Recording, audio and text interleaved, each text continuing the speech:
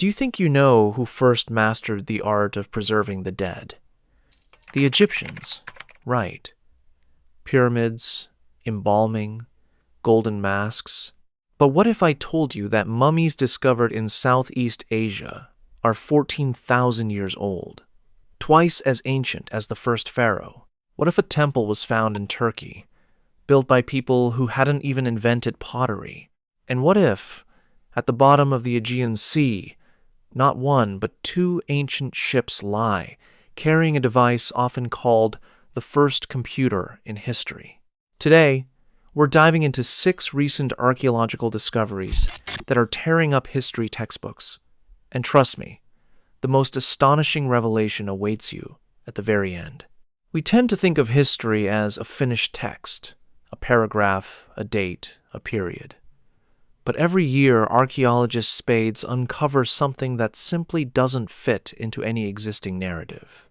The years 2024 and 2025 have been particularly generous, with discoveries pouring in from different continents and eras, as if someone is deliberately trying to show us, you still know nothing. The Archaeological Institute of America has compiled its top discoveries for 2025, and some of them are literally overturning chronology. Official science is quietly updating its tables.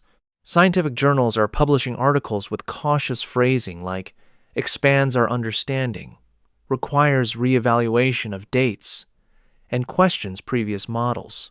Behind these soft words lie findings that are literally pulling the rug out from under our accustomed worldview. But we won't keep silent. Our first stop is Egypt, for a discovery that made Egyptologists nervously look over their shoulders. Saqqara, 30 kilometers south of Cairo, is a necropolis spanning 7 by 5 kilometers, the largest ancient burial ground in the world. Here stands the Step Pyramid of Djoser, the oldest stone structure on the planet, nearly 5,000 years old. One might think this area has been thoroughly excavated over the past century, but what more could possibly be found?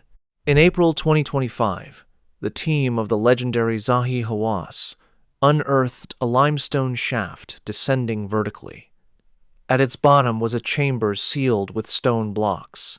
When these were moved, they revealed the tomb of Prince Wasser Ifra, son of Userkaf, founder of the 5th dynasty, dating back to approximately 2494 BCE. Imagine walls covered in vibrant paintings, as if the paint had been applied yesterday. Hieroglyphs, ceremonial vessels, funerary statuettes. But the main discovery was the sarcophagus. The mummy inside was so well preserved that X-ray examination revealed traces of surgical intervention on the skull. Someone operated on this person almost 4,500 years ago, more than 2 millennia before Hippocrates. Simultaneously, a Japanese-Egyptian mission from Kanazawa University found 4 mastabas in Saqqara, rectangular tombs with sloping walls, dated to the late 2nd and early 3rd dynasties. And right next to them, 10 burials from the 18th dynasty. 1,000 years separate them, yet they lie side by side, barely a meter apart. The necropolis turned out to be significantly larger than previously thought, its boundaries shifting northward.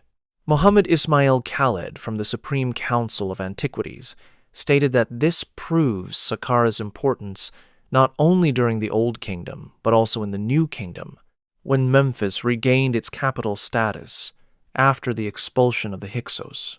This 7-kilometer city of the dead, where burials took place for 3 millennia, also housed embalming workshops and millions of animal mummies. Dogs, cats, ibises, crocodiles.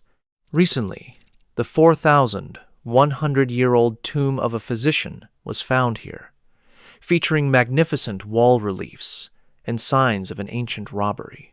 Someone broke into the tomb millennia ago and took its contents, but the paintings remained, their quality comparable to the finest museum exhibits. We've unearthed perhaps half of Saqqara, or maybe even less. Thousands of untouched shafts lie beneath the sand, Every season brings new tombs, new mummies, new questions. Officially, Saqqara has long been studied. In practice, every strike of a spade here can rewrite a textbook paragraph, but this is only the beginning. Now, let's move to the other side of the world, to Vietnam. In the Hon Hai Co Tien Cave in Quang Ninh Province, northern Vietnam, a human bone was discovered. A humerus covered in a characteristic blackness from prolonged exposure to smoke.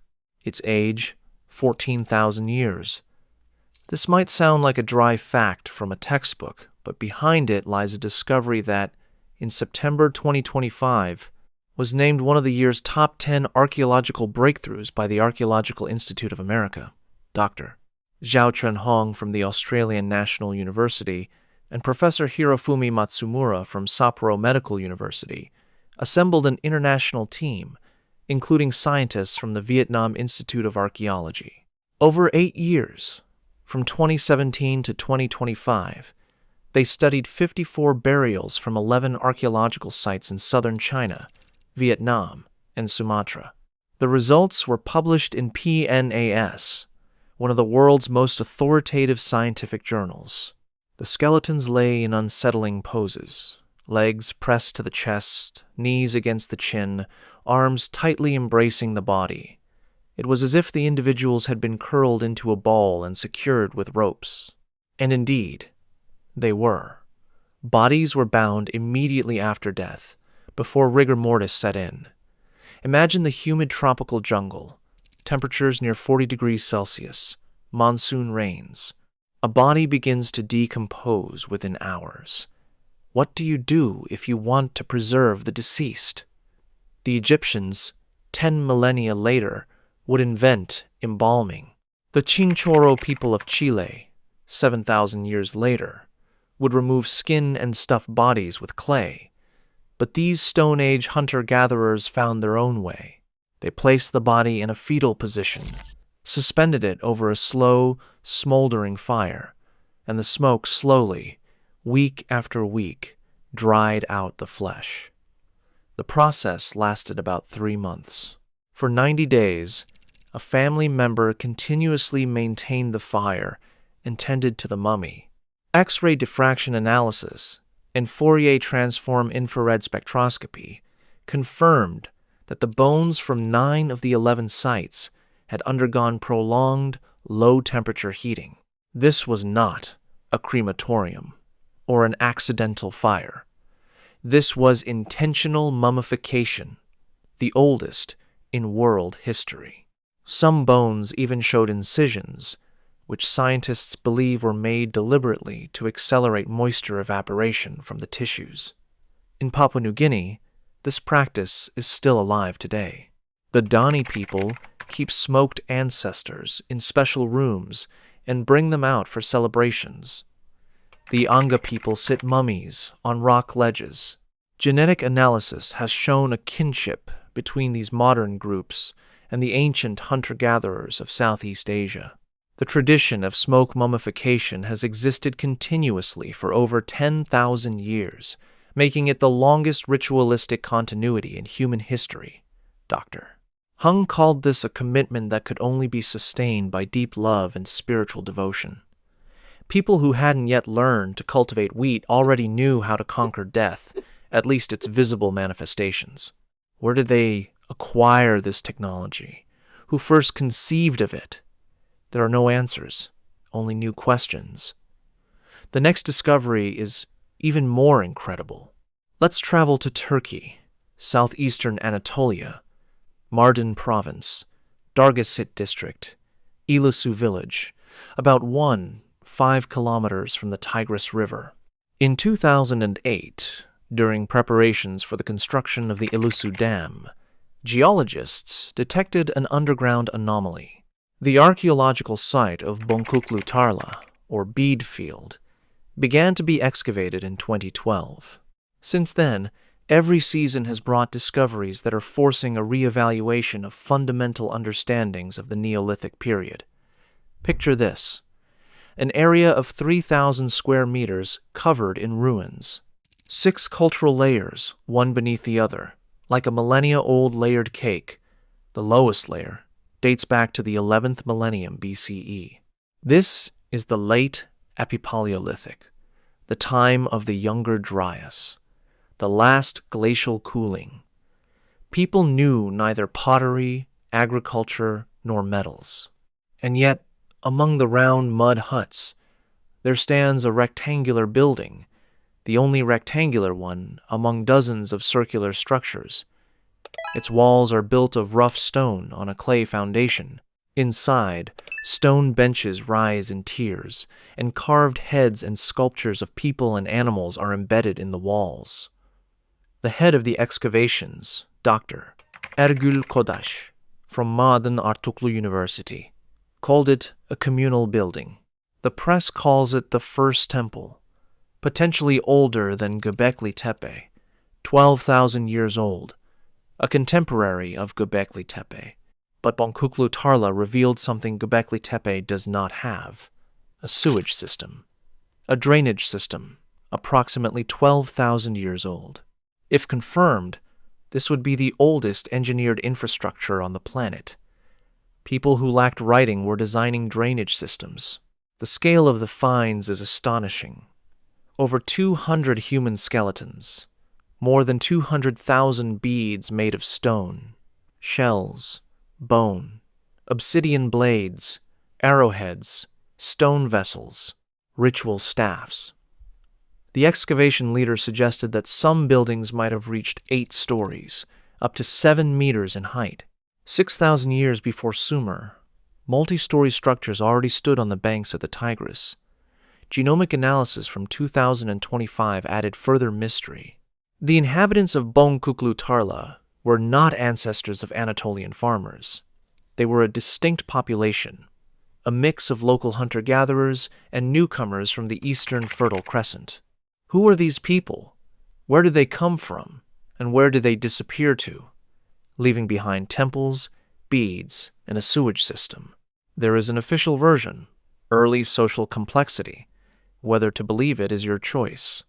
And now, let's leave the land and dive underwater into the Aegean Sea. Antikythera Island, a tiny, rocky islet between Crete and the Peloponnese. In the spring of 1900, Greek sponge divers weathering a storm decided to dive out of boredom. At a depth of 45 meters, they found a scattering of bronze, marble, and pottery, the wreckage of a ship that sank around 65 BCE. The vessel was up to 50 meters long, enormous by ancient standards. Over 125 years, dozens of bronze and marble statues have been recovered from the water. Gold ornaments, jewelry, glass bowls, silver coins, and a combat dolphin. A 100 kilogram lead bomb with an iron spike dropped from the mast onto the deck of an enemy ship.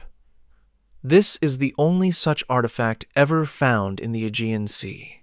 And then there's the Antikythera mechanism, a device with dozens of bronze gears that modeled the movements of the sun, moon, and planets. It is called the first analog computer in history. Nothing of comparable complexity would appear for another 1,000 years after its creation.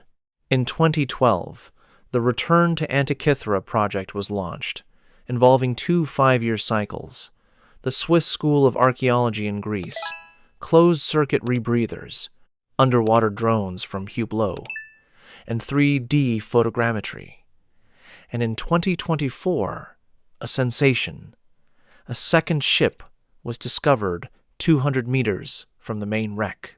It carried the same 4 types of amphorae from Rhodes, Kos, Pergamon, and Ephesus.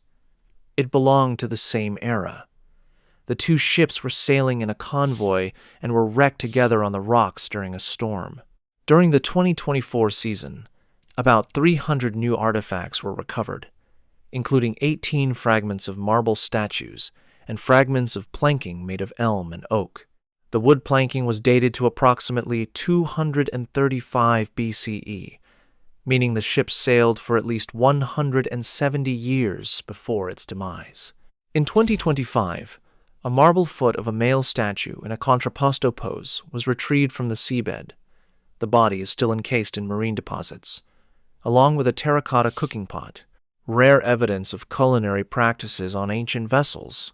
The cargo hold, where the Antikythera mechanism was found, has still not been fully excavated. Who was on these ships? According to one theory, the cargo was intended for the Roman general Sulla. His ship, as mentioned by the Greek writer Lucian, sank precisely in the Antikythera area, a 100-kilogram combat bomb on a merchant ship. A coincidence?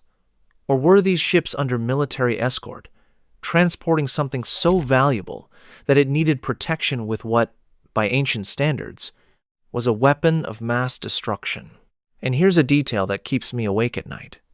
Several massive boulders, moved by Greek naval divers back in 1901, might not be boulders at all, but giant marble statues covered in marine deposits, just like the colossal statue of Heracles that now stands in the National Archaeological Museum of Athens, which was recovered from this very wreck. If this is true, an entire gallery of ancient art lies on the seabed, and possibly another Antikythera mechanism. The next example is even more incredible. March 2026, North Caucasus, Chechnya, Mayor Tup Village. Workers are laying the main Novogrozny-Serzhan-Yurt gas pipeline, a routine construction project, until the excavator uncovers the first burials.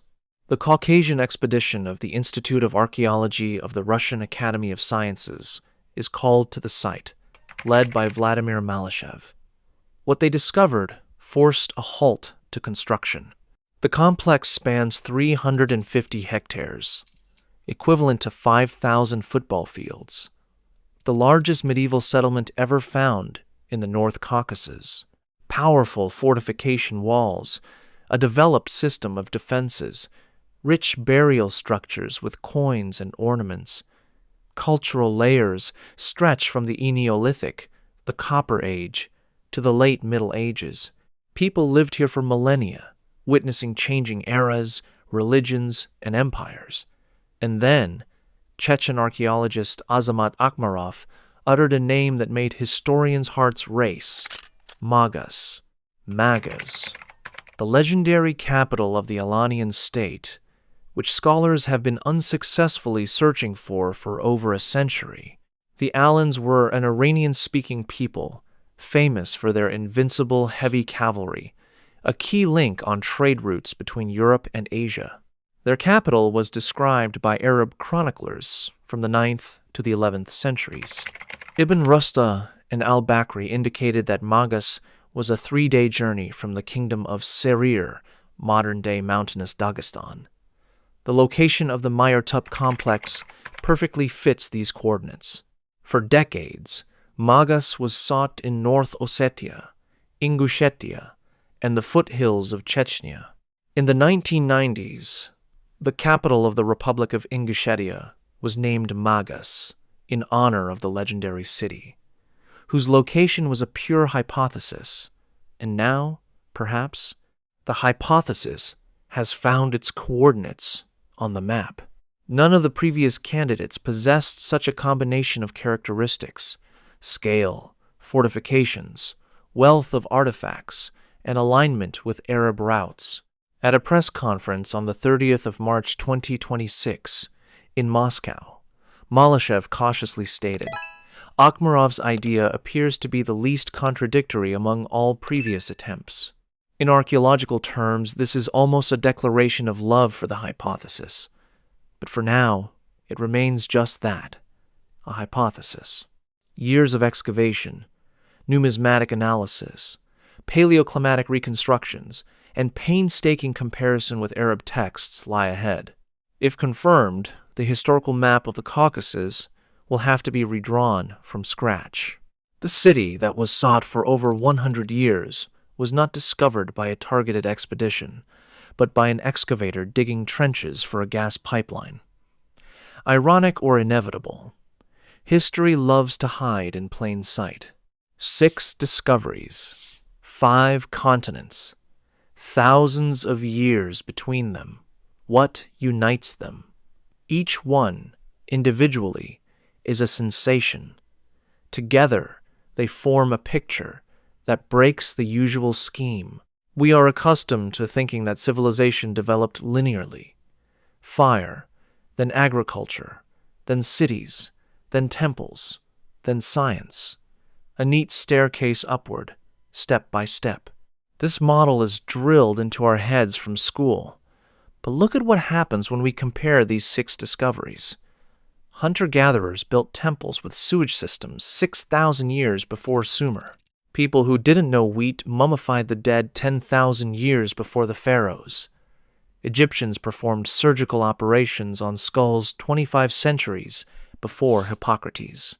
Greeks created a mechanical computer with dozens of gears, and then this technology vanished, as if erased from humanity's memory for an entire millennium. The capital of a great state, sought for 100 years, was found accidentally during the laying of a gas pipeline. The linear model is not just cracking at the seams, it's crumbling. Not because it was a lie, but because it was a simplification, a convenient, elegant, textbook simplification that cannot withstand confrontation with what lies beneath the earth.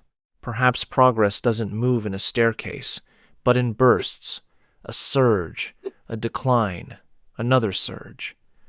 Perhaps ancient people were infinitely more complex than we are accustomed to thinking. And perhaps the most unsettling thought, we too are capable of losing everything we know, just as the Greeks lost the secret of the Antikythera mechanism, just as the builders of Bon Kuklu Tarla disappeared, just as the address of Magas was forgotten. Saqqara, Vietnam, Turkey, Antikythera, Chechnya. 5 points on the map, separated by thousands of kilometers and millennia. Each of them says the same thing. We do not know our past. We are only just beginning to unearth it. With a spade, a drone, X-rays, an infrared spectrometer, and an excavator for a gas pipeline. And every time it seems the picture has finally come together, the Earth throws up a new fragment that doesn't fit into any frame. This is not a weakness of science. It is its strength, the willingness to admit we were wrong and start over. Which of these 6 discoveries astonished you the most? Write it in the comments. I'm genuinely interested in what captivates you. Give this video a like if you found it interesting. That tells the algorithm that videos like this are needed. And subscribe to Buried Worlds so you don't miss the next journey through discoveries that are rewriting history right before our eyes. Believe me, even wilder things are yet to come.